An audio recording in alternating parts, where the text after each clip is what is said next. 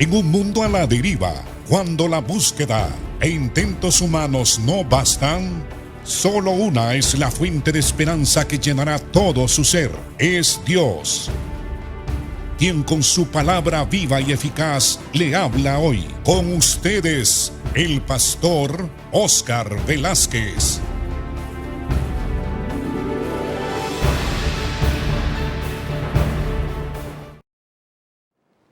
Dios le bendiga.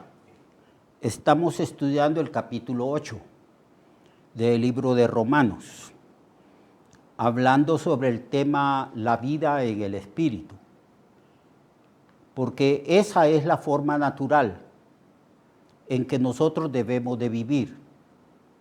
Algunos estudiosos de las Escrituras eruditos dicen que esta es la dispensación del Espíritu, además de que es la dispensación de la manifestación de la gloriosa gracia del Señor sobre nosotros.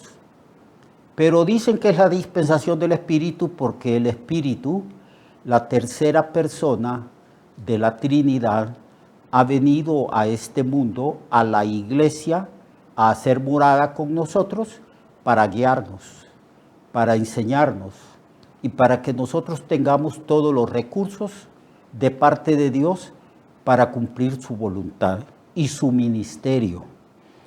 Así que es la vida del Espíritu. Y estábamos hablando de que Pablo establece un contraste entre los que viven en el mundo y los que viven en Cristo. La gente del mundo no entiende, no comprende por su condición tan terrible en cual está. Están bajo la potestad del príncipe de este mundo, pertenecen a este mundo, están muertos en sus delitos y en sus pecados. Tienen una naturaleza que los induce al pecado, a vivir en el pecado y a rechazar a Dios. Andan sin Dios y no tienen ninguna clase de fe ni de esperanza.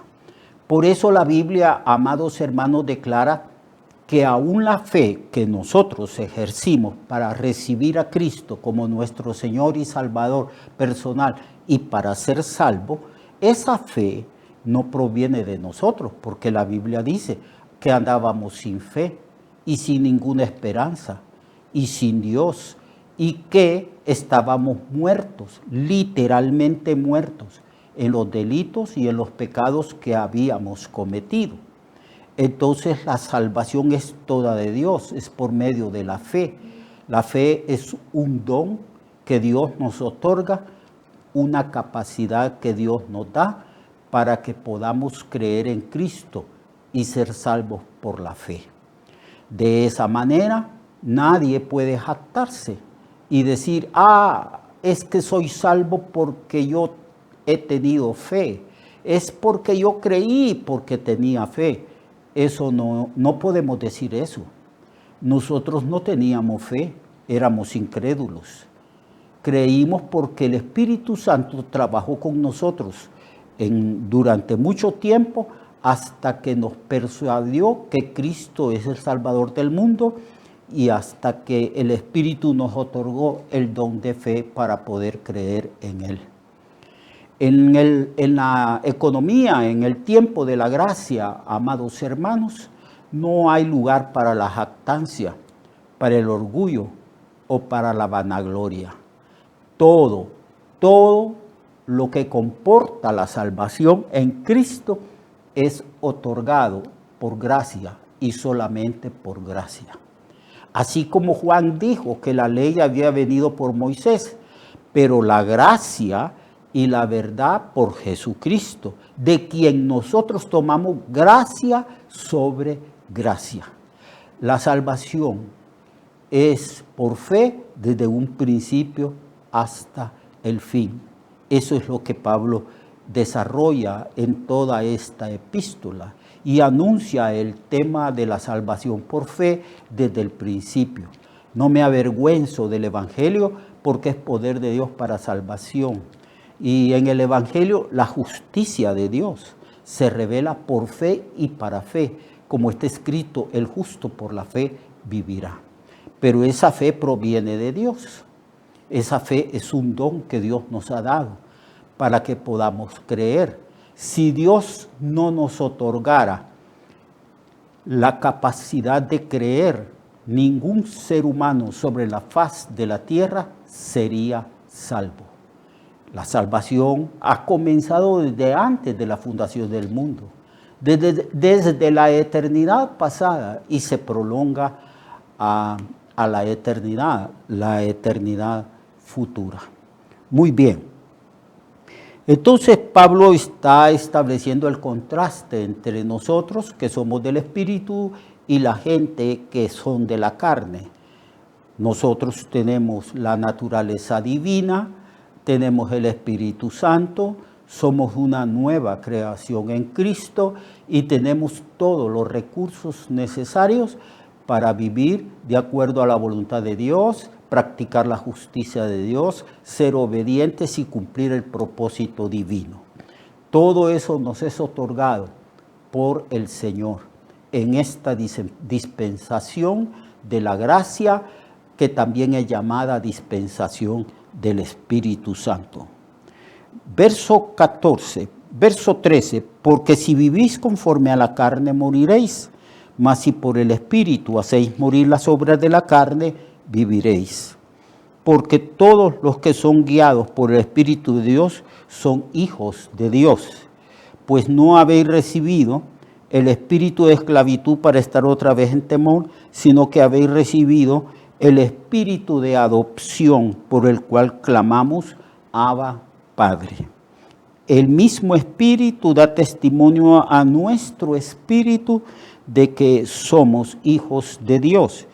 Y si hijos, entonces tenemos ciertas consecuencias al ser hijo de Dios, diríamos privilegios. Dice así, y si hijos, también herederos, herederos de Dios y coherederos con Cristo, si es que padecemos juntamente con Él, para que juntamente con Él seamos glorificados. Entonces aquí se nos declara que si el Espíritu Santo no está en nosotros, no somos cristianos. Pudiera ser que hubieran algunas personas en determinada congregación cristiana que asiste a esa congregación, pero que todavía no ha nacido de nuevo. Y de hecho sí sucede eso. Hay personas que les agrada la liturgia cristiana, les agrada el ambiente que hay allí en el culto cuando nos congregamos para adorar al Señor. Hay gente que le agrada la forma, la belleza de la doctrina cristiana y que gozan y disfrutan de la comunión de los hermanos, pero todavía no han nacido de nuevo. No tienen el Espíritu de Dios. Y esa persona puede incluso autoengañarse y decir yo soy cristiano. Y piensa que es cristiano porque se congrega en un templo donde se reúnen las familias cristianas. Pero no es así. Pablo dice que si una persona no tiene el Espíritu Santo, no es de Cristo. Es necesario, como dijo el Señor a Nicodemo, nacer otra vez, nacer del Espíritu, nacer de lo alto, por la fe en la persona que murió por nosotros y nos redimió, que es Cristo. Y luego entonces Pablo, amados hermanos, pasa a declarar que nosotros tenemos un testimonio que proviene directamente de Dios. En realidad, nosotros podemos testificar que somos cristianos. Las obras, el cambio de vida testifica que ciertamente Cristo está entre nosotros. La congregación puede testificar a favor de nosotros que somos cristianos porque nos observan y que nuestra vida es conforme a los parámetros, lineamientos establecidos por Dios para la vida del cristiano. Así que podemos tener muchos testimonios, pero hay un testimonio maravilloso que proviene directamente de Dios. Por eso dice así que el Espíritu da testimonio a nuestro espíritu de que somos hijos de Dios. Y que ese espíritu es un espíritu de adopción. Es decir, que por la acción del Espíritu nosotros somos adoptados en la familia de Dios. ¿Qué es adopción divina? La adopción que Dios hace en nosotros o con nosotros es un acto legal de Dios por el cual el creyente tiene una nueva relación familiar con Dios. Somos declarados hijos de Dios. Y esta adopción comporta nuevos derechos, nuevos privilegios y también nuevas responsabilidades. El creyente, por medio de la adopción que Dios hace, nos da todos los derechos y todos los privilegios que un hijo adulto tiene. En la legislación de casi todas las naciones, los judíos, los romanos, cuando adoptaban a alguien, a esta persona adoptada, este niño adoptado, participaba de todos los derechos de la persona que lo había adoptado y podía heredar. Por eso dice ahí, heredero de Dios y coheredero juntamente con Cristo. Pero en todas las legislaciones, el niño no puede disfrutar y participar de todos los derechos por ser niño. A causa de que es niño no puede. Tiene que esperar que pasen algunos años, adquirir la mayoría de edad establecida en las leyes de ese país para que ese niño participe plenamente de todos los privilegios y de toda la herencia de la persona que lo adoptó. Pero en el caso de nuestra adopción es diferente. Nosotros somos adoptados como hijos de Dios y el Espíritu Santo viene a nosotros. Se le llama espíritu de adopción porque Él es el que realiza y potencializa ese privilegio y esa posición legal que el creyente tiene. Pero desde el momento en que nacemos de nuevo, desde el momento en que creemos en Cristo y nacemos de nuevo, nosotros tenemos todos los derechos de un hijo adulto. No es necesario que pase un determinado tiempo, que adquiramos madurez y conocimiento de Dios. No, desde el momento en que se nos adopta en la familia de Dios, participamos plenamente de todos los derechos de un hijo adulto. De un hijo adulto. Por eso aquí Pablo dice que el espíritu, bueno, en el verso 15 dice, no habéis recibido el espíritu de esclavitud para estar otra vez en temor, sino que habéis recibido el espíritu de adopción. O sea, hemos sido hechos hijos de Dios. Por lo cual y guiado por el Espíritu, y que el Espíritu establece nuestra identidad como hijos de Dios, espontáneamente decimos Abba Padre. Casi siempre cuando oramos, así espontáneamente decimos Padre Santo o Padre nuestro que estás en los cielos. Y en el verso 16 del capítulo 8 se dice, y el Espíritu mismo da testimonio a nuestro espíritu de que somos hijos de Dios. Así que si alguien me pregunta a mí si soy hijo de Dios, entonces yo tengo la convicción, la plena certeza de que soy hijo de Dios, porque tengo el testimonio, la aprobación, ¿verdad?, el establecimiento de mi identidad, de mi nueva identidad como hijo de Dios por el Espíritu Santo. El Espíritu Santo nos da la convicción de que somos creyentes, de que Cristo es nuestro Salvador y que el Padre es nuestro Padre y que el Espíritu Santo es nuestra guía que nos conduce en el camino de la salvación. Y los privilegios, como dije, siendo adoptados, participamos de los privilegios de un hijo adulto desde el momento en que nacemos de nuevo. Siendo adoptados, somos herederos de Dios, coherederos con Cristo.